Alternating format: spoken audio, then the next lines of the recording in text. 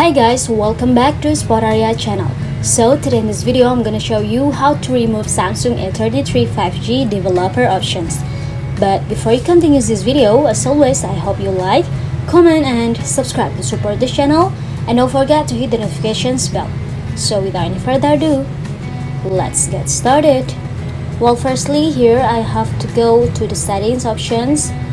I'm gonna open my settings apps, and after that, in the settings page, scroll it down to the bottom, and here you will see the developer options.